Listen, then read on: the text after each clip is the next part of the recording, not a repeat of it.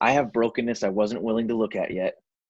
And now I need to invite God into that place, because the truth is, the life that I really want to live, for me, it's a like a redemptive potential thing. I need to see his version. He was the one that crafted, the blueprint for me, for my worldview and the way I believe. So the closer I can get to healing and letting that baggage go, the more helpful I'm going to be to other people.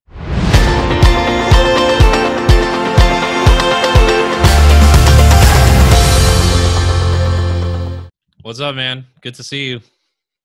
Bro, so good to see you.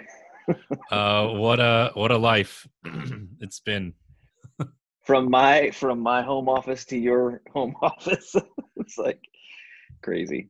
Well, a lot of people, I mean, it's funny because how through all these different seasons of life, these relationships from past seasons find their way into expanding or following you into new seasons. So what I mean by that, for those of you who are listening, I've known Josh since, gosh, we were like 18, 19, something like that. Probably like 1998 or something like that. So longer than that. Yeah. It's That's been over crazy. 20 years. Yeah.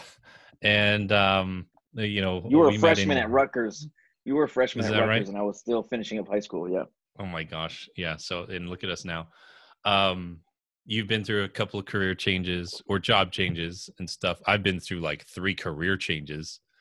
Um, and yet we're still all kind of like, you know, our work overlaps, strangely enough. So, for those who don't, Love it. yeah, you guys wouldn't all know, those who are listening, but it's just funny how relationships work, because we met when I was working, when I was, in college. I was pretty involved with my church at the time. I went into that. Then I ended up working at the church that Josh grew up in, but he had left by that time to go work somewhere else. So we missed each other the 4 years I was in Connecticut. He was working in upstate New York. Then after I left Connecticut, I started this business, or stumbled into this business. And I was like, all right, we're friends, but we're not going to cross paths professionally. And then I got involved with the John Maxwell team, and a bunch of folks we know mutually were involved there. That's how I got pulled in. And then you got pulled in with Paul Martinelli, who's been on the show. And it's just so funny how what a strange thing, but a good thing. It's very rare for people, you know. Dude, it's so awesome. Because you and I both know there are so many relationships that just don't make the turn, regardless if you have good intentions or not. And we say relationships come for a reason, a season, or a lifetime. And I just kind of joke with you and a couple of our friends. I'm like, bro, you're stuck with us for life. Like, this is what it is. We've got our own version of the mafia, and everyone laughs when we all show up together consistently in totally unique environments. They're like, what is up with these people? Yeah, and they're like, "You guys know each other?" Yeah, we know each other since we were like 19. They're like, "Wait, what?"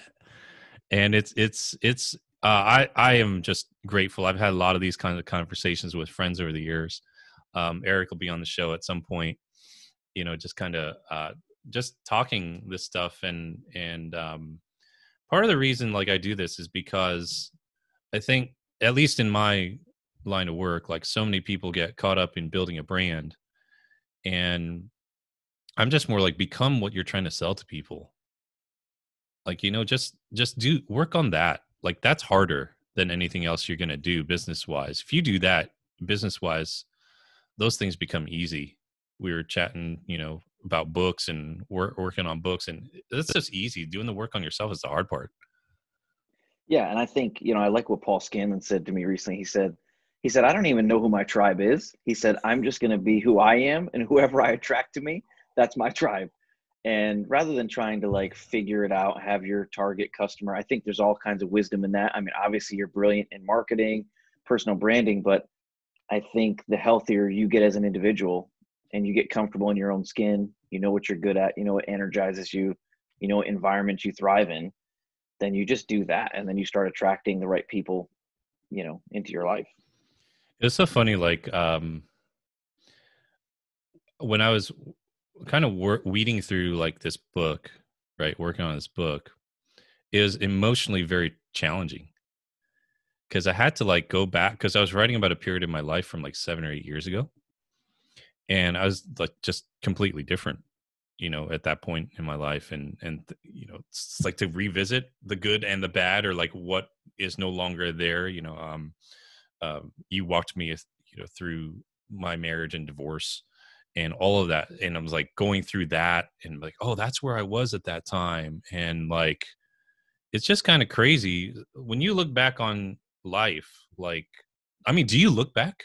Do you look back, or are you just like a forward person? Yeah, no, well, I'm turning 40 in 2 months, Mike, so you know what that's like, right? Anna and I, we just celebrated our 20th anniversary a few months ago. And so I'm having like that early midlife. My oldest son, Judah, is going to be graduating high school in 2 years. So I'm just thinking through like, wait a second, I'm going to have a kid in college pretty soon. Oh my gosh. I'm way too young for this. Um, they put me in rooms where I'm supposed to be the adult in the room, and you sometimes still feel like you're 16 and you're like, not anymore. And so, yeah, I think in 2020, my gosh, if people couldn't take time to reflect, what is it going to take? We had a global shutdown. People are quarantined to their houses. If stuff in your soul can't rise to the surface for a little bit of contemplation, then I don't know what it would take. And so, in some ways, this year has been an incredible gift for that, just to think a little bit more deeply and to sip slowly from, okay, where have we come from? Hmm. And who are we now? Do you ever feel like I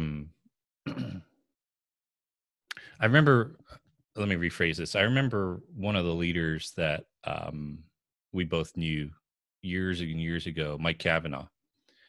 He gave me this piece. I don't know where he got it from, but it's always stuck with me. I don't know if you remember this. We were at an event with him at some point, when you were in upstate New York. And he said, people in their 20s ask, what am I going to do with my life? And then people in their 30s, there's generalizations, of course, and then people in their 30s ask, how am I going to get all this done? And then people in their 40s say, why are some of my peers doing better than me? And then people in their 50s are like, how much longer can I keep doing the things that define me? And then, once they're in their 60s and 70s, it's like, they're more like, does anyone remember who I was? And I mean, those are pretty depressing questions, right? But like they're in there. And Sure. I've always thought about that. It's like we're in our 40, you're about to be 40, you're going to be 40 by the time people hear this. And it's just like, do you like wrestle with that? Like, as somebody professionally speaking, that Sure. you're supposed to have a lot of the answers for people, right? Do you ever like wrestle with that? You're like, oh man, why are some people a little bit further along than I am? Or Totally. Oh yeah. my gosh. So, okay. So I would say it's amazing the stories we tell ourselves that are not even based in fact, but for us, they seem so real. So, like, one of the stories that I would tell myself is that I'm behind. Like, from the time I was probably in middle school and didn't get armpit hair as quickly as my friends. You know what I mean? Like, I'm behind. Like, I'm just, I'm a late bloomer. I'm behind. But if you look at the trajectory of my life, so I got married when I was 19. I became a senior level leader of a pretty large organization at 27. Had kids starting to come in the mix already at like 24, 25, but yet still had this narrative in my mind that I was behind. And then I had to slowly come to the realization that it's impossible for me to be behind if I'm running the race that I'm supposed to run. There's no competitors. Like, nobody else is on the track with me. It's Mm. just me. And I think once I started to like deeply believe that, and I think you can't get there until you confront those false stories that we all have. Like, we all have crazy narratives going through our minds, and thank God we have people we can talk to about this stuff, whether you pay them or they're good friends or whatever. I think you need to, acknowledge that. Otherwise, you build, what some psychologists would say, you build this shadow, you build this cloud that you're running from, and you're like chasing the invisible man. It doesn't exist. And so once you quote unquote get there, or feel better about comparing yourself to someone else. It's even more devastating, I think, because it doesn't actually satisfy. So yeah, I've had a lot of those conversations, had to confront a lot of those things, because the story I was telling myself for years was that I was behind and delayed, and look at this person. And this year, well, so 2020, there were 2 books that I got to publish, a couple e-courses, then another workbook with an e-course, and people were like, how are you spitting all this stuff out in a short window of time? The truth was, it was building in me for 15 years. I thought it was so overdue, but it just happened to be the season to launch it. And so there's no such thing as an overnight success. No one gets to see all the behind the scenes development. And it's just an illusion. It's a story we tell ourselves. Man, that person got successful cutting all the corners, or look at, they had this like rainbow lead them to the magic pot of gold. It's just not true. Like, life doesn't work that way. And of course, people have advantages that other people don't have, but it's never done me well trying to compare myself with other people. And I had to break myself of that cycle, because it was literally killing my creativity, killing my motivation. Yeah. It's funny because we do that. We look at other people's journeys. People look at my journey. I'm sure they think certain things. They don't ever tell me. They just make assumptions. And it's like, if you put a GPS like direction thing in your phone from like New York to San Francisco, it's going to look like a straight line across the country. But you just zoom into New York, just trying to get out of New York City, it's like so crooked, right? And that's kind of like, people just see the straight line. And I think what it's really been for me last couple of years, I never in a million years would have predicted my life is what it is now. And I know that's a very cliche thing to say. A lot of people say that. But like, you knew me from that life. Like, if anything, our lives were like mapped out, right? Got married, supposed to have kids, work at church, do these things. And I don't know, when we were in our 20s, we probably both thought in our 40s, we'd be, working at 2 really big organizations or churches or whatever, and just doing a lot of leadership stuff. And look at us now. We're creating stuff. The world is very different. We're still getting our ideas out there. I think a big part of it's just like confronting your own dissonance. Where's it like out of alignment? Sometimes it's not even a bad thing. It's just like, but like, this isn't really who I am or what I want to do anymore. I remember when I called you one time. Dude, I remember your trip to Colorado. That was such an Yeah. eye-opening thing. Yeah. That was like, what the heck? This is not the mountain I want to climb. Yeah, this is, if all goes well. So, those who are listening, I've shared this story before, but I went to Colorado in 2009 to go visit this guy named Ross, who had a similar position to me. And I just wanted to be mentored by somebody. I went going in thinking I was going to go be inspired to go continue this path. And then the total opposite thing happened. Right. And it started me down this path. And I think we talk a lot about integrity, and that word for me was super loaded because of how we grew up, and me growing up in a Korean kind of religious environment of all things. It's like very, very loaded. But I wasn't living a life that I could genuinely respect for myself, not for other people, but just for myself. Like, I started to think after I met him, when I'm 80 years old, am I going to say like my life was really impactful because I sang 5 songs every Sunday morning for the same 700 people, week after week, year after year, decade after decade? I was like, no. And I was able to pull the cord, eventually. What were some of those moments like for you? Like, you were very influential. You had a position of great influence in your 20s into your early 30s. And what happened?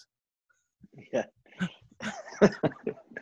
I think you have to, if you're committed to learning, you have to stay committed to learning, even if you don't like the answers that start coming to the surface. So I think I had to redefine some terms in my life. I've always had this huge value for loyalty, but I had to redefine what that meant, because in a sense, my value for loyalty and my value for honor was going to keep me trapped in something that I knew I had outgrown. And before I became resentful, I needed to make some changes. And so I think, you have some thoughts, you have some conversations with people, with God, with counselors, whatever, you start getting clarity. And then it comes back to you. You're like, okay, this is not going away. Like, this wasn't a bad week, a bad month. And why am I fighting this? I need to, lean into it. And so I realized that I loved what I was doing, but I wasn't in an environment that I outgrew. And I didn't need to like demonize those people Mm. to justify stepping into a new future, because that would have been easy to do. Um, and carrying a family in tow was like a really big thing, because having a wife and two kids and thinking about how does this affect them also comes into play. So I How? don't think Yeah. you can squeeze it. I don't think you can microwave the process. I think you have to just you have to become a little bit, I had to become more comfortable living under the tension of undefined, unresolved questions. Mm. If I answered them prematurely, they were not going to be the healthiest answers. I just needed to live with that tension and find a way to be comfortable with that unresolved question and keep leaning into it a little bit more. Has your we don't get to talk about this a lot. So here we are. Has like your perspective on God and spirituality sort of changed over the years? Because I find that when I went through some pretty big transitions, whether they were professional or personal, I've never been bitter at God. I'm not one of those people. I've never I'm not a God blamer type of person. Um, but how has that changed, if at all, for you, like through these different seasons? So I haven't changed like my bedrock theology or anything like that. If Mm. anything, the nature of God for me has grown. They often say the older you get, the more you believe in the sovereignty of God. And I've just found that to be true. Like, I just see God involved in things that, um, his kindness kind of nudging me here and there and doing things that connecting dots I wouldn't have been able to connect on my own. And as much as I believe that decisions really change your life, I also believe there is like a providential hand involved in the process. Um, so that's just kind of expanded for me. I think I think where I've grown is embracing the frailty of my humanness. Hmm. Like, I think that, coming from the background I came from, everything was spirituality, right? And if you had a level of awareness to take care of your body so you didn't die out prematurely because of the ministry and leadership, then you would take care of your body. But my soul was pretty neglected along the way. Nobody required that of me, but I don't Hmm. think I was emotionally very healthy or just aware of, I'm a body, I have a spirit, soul, and body. My spirit and my body were doing pretty good, but my soul was lagging behind. And I think that's what, I heard a quote from a girl named Abby Stumval who said that feelings buried alive don't die. And I realized that there were some feelings and some moments that I had buried that were alive and traumatic. And for me, like, part of my story where my dad passed away the same night of my transition out of leadership.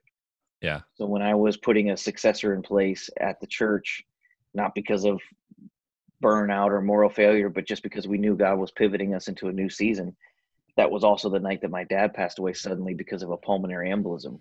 No long-term sickness. So the rug was really pulled out from underneath me, because so he died on a Thursday night. Friday, I had moving trucks at my house. Oh my God. So there was like transition on every level. And that forced me to just start doing some work and find out, okay, what's been neglected on the shelf of my soul. By soul, do you mean emotions? Do you mean mind? Do you what do you mean? Like, because people use those words a lot, like spirit, Yeah, soul, body. Like, what's that mean primarily to my you? emotions, my self-talk, my self-awareness, my emotions.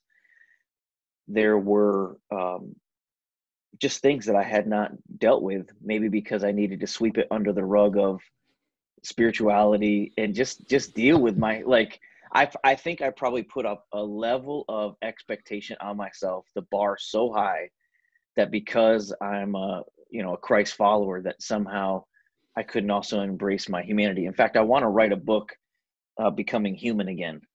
Mm. And it's going to be like a guide for people that are spiritually minded Christians, how to get in contact with their humanity, Mm. because that's the way God made us. And I don't think we should neglect a major aspect of our, existence. I'd read that one, definitely, because I think that is, you just articulated, I think, what I've felt in the last 4 years or so. Like, like, I had buried so much of my humanness, and I'm not blaming anyone. I'm not blaming a construct or anything like that, or, whatever. But I also realized that there were things that I was not in an environment. I didn't grow up in an environment that emphasized that. Right. So whether it's cultural, being Korean American, right, we're a very, very top down culture.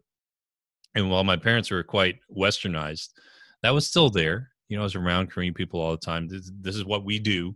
You're supposed to do this. You're supposed to go to college. You're supposed to be a doctor or lawyer, whatever, right? All these supposed tos. And the individual sort of gets squashed out. Then you layer on top of that, for anyone listening, whatever religion or whatever background, or even if you join the military, right? It's like there are, things imposed on you. You're supposed to follow these rules. And so you squash your humanity down. And like our good friend Susie Miller says, she told me this. She's like, you stuffing your emotions or not letting them out is like you trying to keep a beach ball under the water. It's going to come up and it's going to shoot really high and cause a big thing if you don't learn how to, seep this stuff out. And I think, if anything, like, getting into the grit of my humanity, be like, wow, I have these really terrible patterns in my behavior or my mindset or my thinking. Some really broken stuff. There are also some really good things.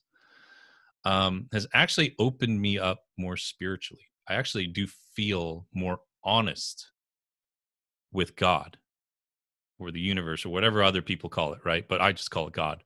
But I think that honesty has actually, surprisingly enough, and maybe not so much, we don't realize this until we get a little older, but the honesty of it is what he always kind of wanted. It's always the starting point. Yeah.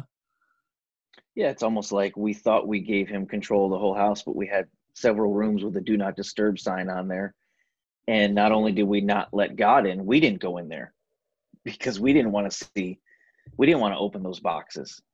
And, I just think that as a dad, as somebody that's I think when you're in transition, you start to evaluate what really matters.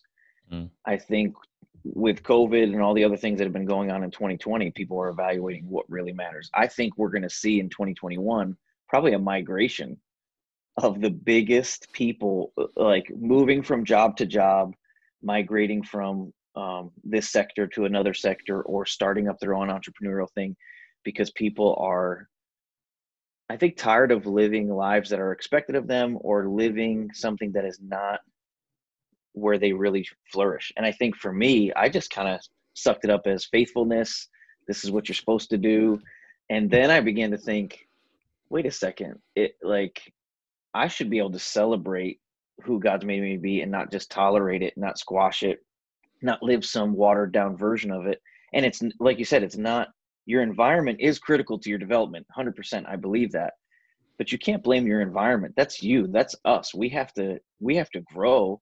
And I would tease my boys sometimes because we'd be eating steak or some nice meal, and they would act like they're done, and they'd go over to the trash can to like scrape off all their food.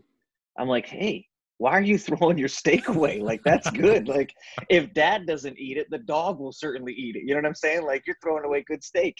And I think in the name of religion, in the name of culture, in the name of different things, we scrape things off our plate into the trash. And God says, hey, wait a second. Like, I actually made you that way. I paid a high price for you to have that personality, gifting, wiring. Why are you throwing it away? And so I've just had to catch myself in some of those tendencies. I think I don't know if we talked a lot about this. I think I probably called you like after the first time I did this, but one of the things I dabbled in like the last year and a half were psychedelics and MDMA and DMT. And I'm not one of these. I don't go do it a lot, but um, the the last time I did it, I know we definitely didn't touch base on this one. Last time I did it, a friend supervised, me or whatever, and I was under like for like 2 or 3 minutes, and bro, like my body was like talking to me, like, and I put the phone on my chest to record, my voice, because this idea that we construct somebody for people to see, right? That's our ego. I mean, we all do this. This is, and again, we on a podcast about personal branding and crafting an identity for people to see, and I'm just like, I get that for business perspectives, right? But like, this is why I had these conversations. I try to open up, the conversation a little bit on this platform, because it's like it's always a war for who you are, right? Mm-hmm. Like to find out who you are. So I go through this experience, and I shared this with one other guy who was on the podcast recently, but I'll recount it here. And I'm laying down. I know where I am.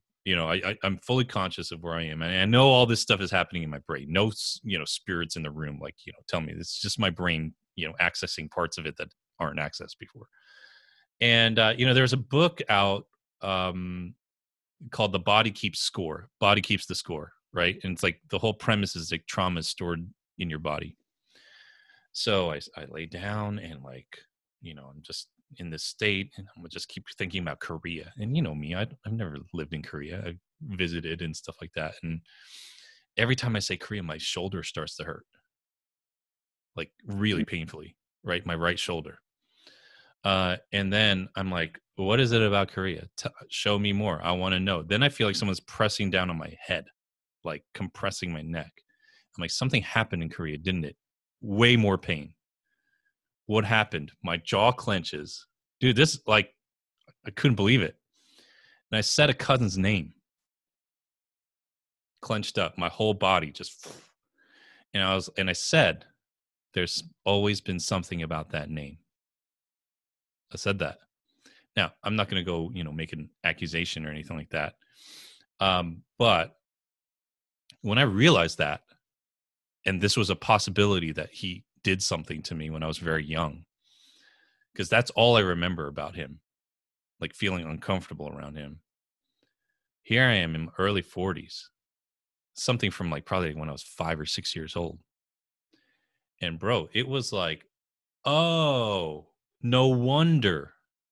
Like my whole life, why has this been an issue? Self-esteem,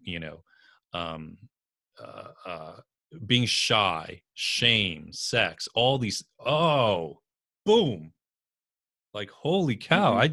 The trauma for a 5-year-old suppressed, right? For 35 years suppressed, and it was like, the awareness is the first step, though. It's just the first step. Then some people will be, oh, no wonder, I just am who I am. I'm going to just go do what I want, right? But then it was like, no, okay, now I know a little bit of what's going on there. I'm not upset. I don't want to confront this person. From what I understand, there was a little bit of arrested development in this person. He's like 50-something years old, still lives with his parents, never got a job. So who knows? Maybe, whatever, right? But it's like, okay, I know. Now what do I do? And I think that's the thing that I've always admired about you. You've been really honest, which is actually, to be frank, very hard to find in people who've had positions like that you've had. And you have real friends. That's another thing that's really hard to find in people who are like, ministry leadership. Like, it's isn't that weird to you? Doesn't it strike you as weird? Dude, I don't want to do that in that way ever. Like, I tell Anna all the time, if there's no joy in it, I'm out. Like, I don't think, and I laughed because the whole Enneagram came out, right? And then we all did the assessments and felt naked when we read our results. We're like, oh my gosh, who is that person? I hate that, and, the truth is I have so much Enneagram 3 in me as the builder, achiever, producer. Probably a wing 2. I love helping people as well. Yeah, you're a But wing and two. Yeah. I tease all my friends. I'm like, listen, I'm a healthy three. I know I have feelings. I can find them. I'm not like totally oblivious. I don't want to have this like plastic image portrayed.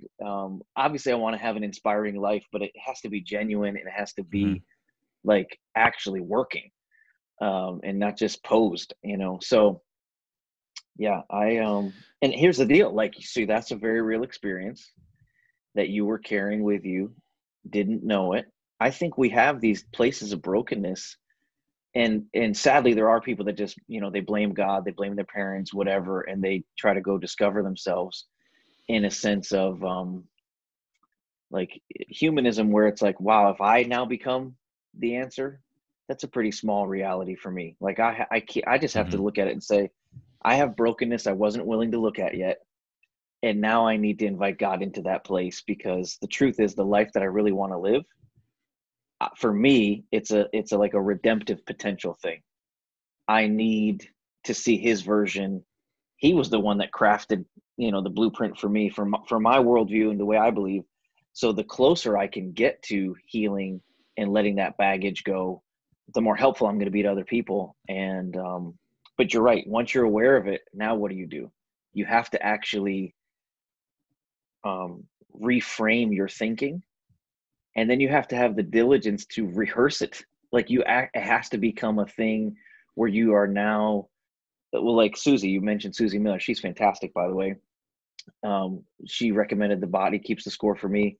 And then another book where your biography becomes your biology. It's Hmm. basically that same idea, a little less scientific, but it's, your biography, your story affects your biology. Hmm. The beautiful thing is that can change. I think the human mind and the soul is so stinking resilient. You know, when I went to Israel and I met a woman who literally survived the Holocaust and had like 9 different moms, because as a child in the concentration camps, her quote unquote moms kept being executed. So she would be given to another mom and to another mom and to another mom. She didn't know how broken she was until she finally, after the war, was moved to America, and someone in her family died, and they were standing around the graveside in the, you know hole in the ground, and everyone's weeping and crying, and she wasn't, because death had Hmm. become so normal to her. She was like, wait a second, wow, people are this upset. Well, my gosh, this woman grew up around death in every way. And so, but meeting her as an older woman and seeing her reframe her experiences to not deny them, but to get them to a healthy place, she was like the most joyful. She was like, I'm not bitter. I've actually lived an incredible life, and here are the things I'm grateful for. And I thought to myself, as my youngest son Jesse would say, Dad, don't be a snowflake. Like, it's so funny hearing Gen Z make fun of millennials, like, oh, Dad, they're all a bunch of snowflakes. They all Oh get my offended gosh. so easily, and here he is, he's Wow. uncle, All right. you know, and but I think, hey, if you want to throw a pity party, invite friends, people will come, and you'll be stuck in that place, or you can lean into it, do the hard work of unpacking it, and you'll be better off for it. And I do think it makes, like you said, more open, more connected to people, more connected to God, more connected to who he made you to be. I think there's something to be said about authenticity. This is one of these big buzzwords these days, right? And there is a new religion. It's called self-development.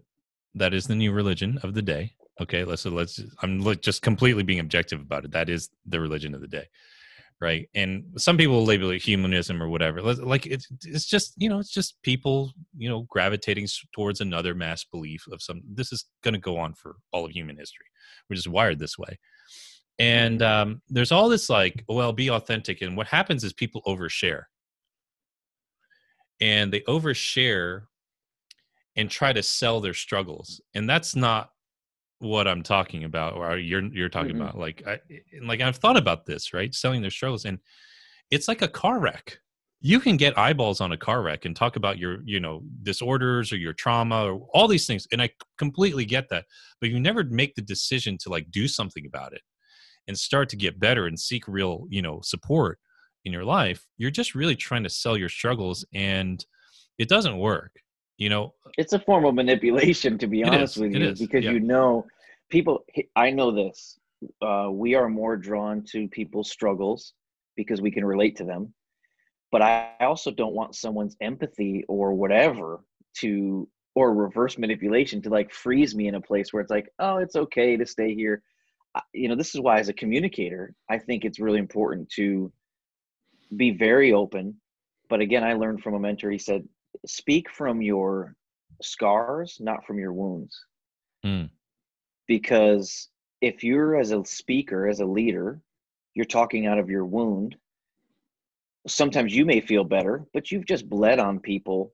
What are they going to do with that now?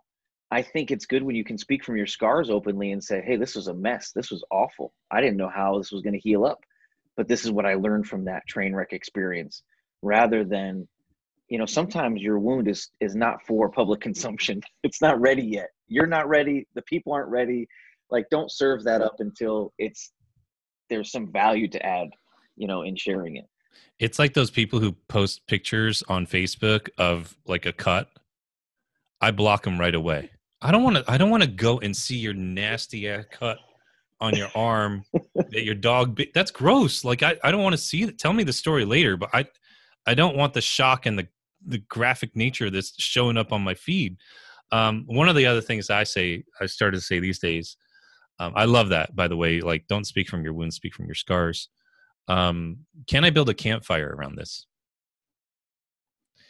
That's kind of what guides me these days. I've been through, things. You've been through things.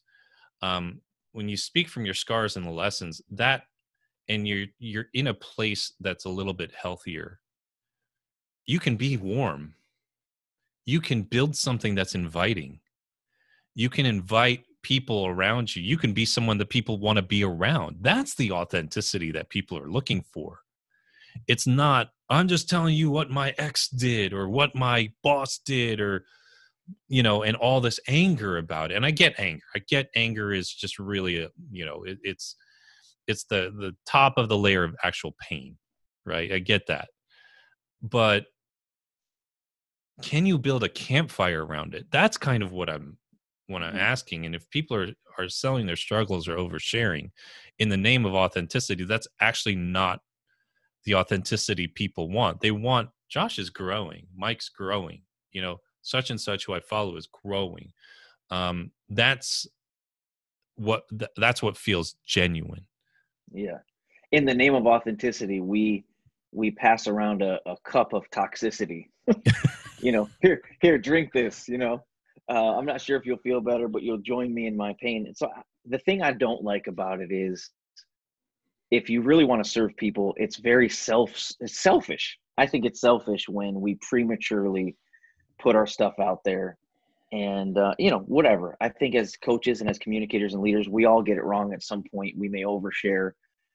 I think I would probably tend to think that it's better to, like, every once in a while cross the line on that side than to, act as if you're not under development and in progress. Mm-hmm. Like, I'm going through the book I wrote last year, Overcome, with one of my boys right now, and having him read chapters, and we're talking about it because that was my story of, losing my virginity at a young age, then growing up in the church and carrying this shame, and now figuring out how to, like, deal with those skeletons in the closet and those different mindsets and all of that. And it's like, I'm walking my own kids through some of this of my own story, because I don't want them to think somehow that dad walked through life unscathed and perfect, because that would heap shame on them as preacher's kids or whatever. So that's it's a whole nother thing.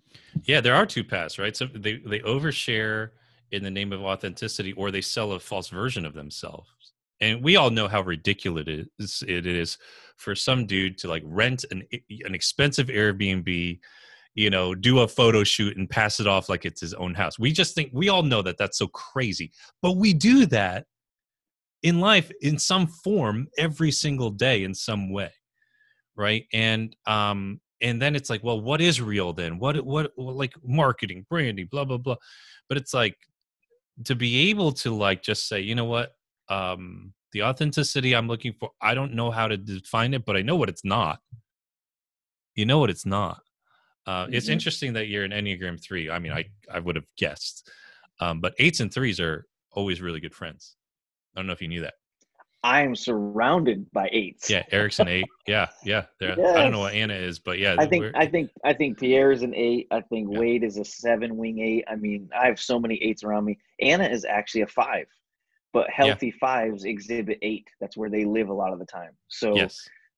yeah, she's a And deep well 8s 5, researches everything, and then can yeah, be an 8 challenger. and 8s go to 5 when we're freaked out, where we feel out of control. So we go try to understand everything, So and we then can control it, right? Yeah. and then we get out of our heart, our core, our spirit. So no wonder the last couple of years I've been closed off, because I was like, why is this happening in my marriage? Why is this happening in my business? Like, it was just why. It was all here in my head, and I just shut all this down, right? And I feel like I'm finally, over the last year and a half or so, and some of these experiences with medicine helped, but really it's just, I don't want to live closed off, and I'm willing to let things hurt Hmm. for the trade-off of living, right, and feeling Yeah, because alive. you want your heart awakened again, and to love and to live life the way we're supposed to is incredibly vulnerable. It's so risky. But the other side of it is to be closed off. Dear God, like what an Yeah. awful way to live, because people are going to hurt you down the road. But the one thing I was saying, the authenticity, vulnerability piece, speaking, whatever, writing. Um, Andy Stanley may have equated this to like for people that teach the Bible and content. Like there are some people that scuba dive and go way too deep into the material that people can't follow them. Other people like water ski and it's so superficial. It's like handing out lollipops. Like why are we even here? You know what I mean? This is not true to life. And then you can snorkel. You can stay at the surface, but you can look down deep and see the layers. I Mm. think that's probably a healthier approach to authenticity. Like don't scuba dive with a crowd. Like, don't take them into the deep, dark recesses where you're not even sure fully what's down there. But also, don't water ski. Don't pretend like, you're not being affected. You're not human. Mm. Let them see that there are layers to it. I try to do that with biblical text or whatever I'm teaching on so that they leave hungry to search it out more. And I'm trying to do that a little bit more with just the curtain of my soul, so to speak. Mm. That's so good. I love that. Man, it was so good to see you. I miss you. We got to see each other again soon after all this dies down and we can actually meet. Exactly. We Yeah. we need to. It's time for some crabs, Maryland crabs. There you go. All right, bro. It was great seeing you. Great to see you too, bro.